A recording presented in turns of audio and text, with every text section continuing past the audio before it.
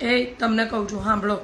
4 દિવસ મેં તમને કીધું હતું ને મારા મમ્મી પપ્પાએ સોમનાથ દ્વારકા ટૂરમાં મારું નામ લખાવ્યું છે હું એમની જોડે જઉં છું એટલે આ જે સૂચનાઓ આપું ને એનું પાલન તમે કરતા રહેજો બરોબર છે પહેલી તો વસ્તુ એ કે જે તપેલીમાં તમે ચા મૂકી હોય ને એમાં 10 વાર ચા ના મૂકતા નહીં તો હું આવીશ ને ત્યાં સુધી કાળી ભૈંઠ જેવી ભઠ્ઠી થઈ ગઈ હશે તપેલીઓ બરોબર છે એકવાર ચા મૂકીને પલાળી દેજો બીજી વસ્તુ કે બાજુમાં ગીતા ભાભીને મેં કહી દીધું છે એમની કામવાળી તમારા ઓફિસના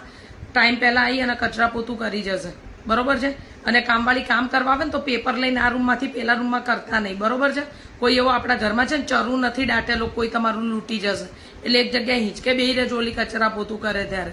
ત્રીજી વસ્તુ વચ્ચે શનિ રવિ આવે છે એટલે કોઈ પણ ભાઈબંધો જોડે આબુની ટ્રીપ કરવાની નથી અને ઘરને રતનપુર બનાવવાનું નથી આ સ્ટ્રીક વોર્નિંગ છે તમને શું કીધું હસવાનું બંધ કરો ખોપડું જશે નહીં તો મારું બરાબર છે બીજું કે ઘરે આવી અને સૌથી પહેલો ફોન છે ને તમે ચકુબેનને માજીને ત્યાં મૂક્યા હો ને તો પહેલો ફોન તમે માજીને કરી દેજો કે હું આ પૃથ્વી ઉપર સુરક્ષિત છું ને ઘેર આવી ગયો છું કેમ કે તમે ફોન નહીં કરો ને તો એના પ્રત્યાઘાત મારી ઉપર પડે છે બરોબર છે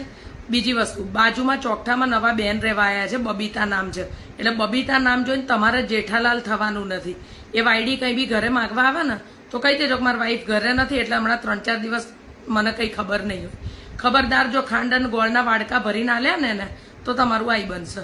શું કીધું હા એમ બીજી વસ્તુ ટિફિનનું બાજુનું ટાવરમાં કહી દીધું છે બેન સારામાં સારું ટિફિન બનાવે છે એટલે તમારી માની જેમ ખાંચા કાઢતા નહીં કે રોટલી જાડી હતી ને શાક નહોતું બરોબર ને બટેકું જાડું હતું ટીંડોળું જાડું હતું જે આવે એ ખાઈ લેવાનું છે બહારથી છે ને વડાપાઉં બટરવાળું પાઉંભાજી ને બધું ખાવાનું નથી કેમ કે ટ્રિપલ એક્સેલમાં તો તમે આવી ગયા છો આપણે આ 5 એક્સેલમાં જવાની કોમ્પિટિશનમાં નથી આપણે શું કીધું હા એમ બરોબર છે સીધા રહેજો